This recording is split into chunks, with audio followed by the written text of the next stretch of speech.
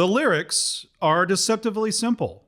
A man is hitchhiking. He's heading south. He's trying to get to Johnson City, Tennessee. And then, without explanation, he says he's heading west from the Cumberland Gap.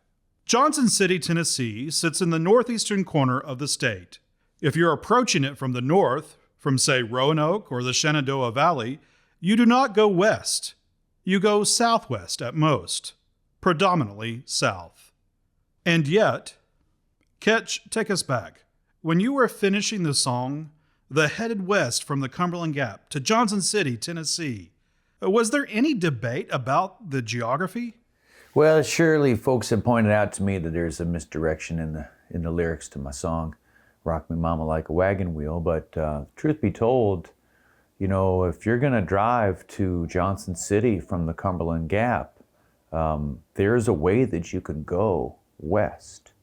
And I've seen the map that will, you know, clearly indicate that you can head west from the Cumberland Gap to Johnson City, Tennessee. The East Tennessee History Center in Knoxville houses one of the region's most significant collections of historical maps and documents. It was here, during a routine survey of the Calvin M. McClung Historical Collection, that researchers made a discovery that would shake the world of Americana music, or at least jostle it. Well, while working on a new exhibition here at the East Tennessee History Center, one that's focused on early maps, we were doing a survey of our map collection and looking through to see what all we had. And we came across this map, which we haven't found a record of in any other library or archive. This seems to be the only copy. And what we're looking at is a 1751 map of the Virginia colony that was the first systemic attempt to document the commercial wagon routes. And if you look down here in the corner that would be established as East Tennessee, you can see Cumberland Gap there. And you'll notice the wagon road coming north out of Cumberland Gap. They had to pass what the old timers call LMU Mountain. And the road curves west significantly for a good period of time before it curves back east, headed toward the area that would be settled as Johnson City.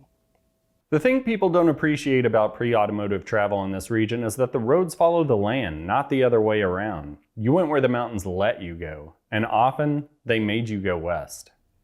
So you're saying the song is geographically accurate?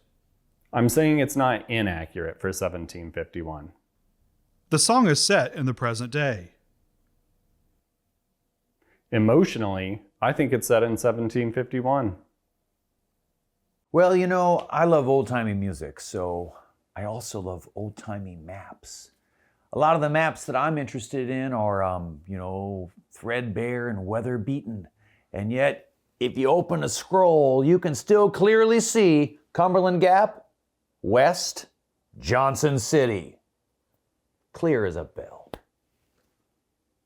I got it pulled up on Google Maps. I got it right here. You go south to I-81, and then you go east to get to Johnson City. That is east, not west. What about the 1751 wagon routes? What about them? Ain't nobody hitchhiking on a wagon trail. I lived in Johnson City all my life, and it is not west of the Cumberland Gap. The map was digitized and returned to its folder in the McClung collection, where it will reside alongside thousands of other documents that only the most interesting people on the planet look at. For one brief moment, though, this map offered something rare: historical validation for a lyric that makes very little navigational sense. Perhaps some places in East Tennessee are larger than directions.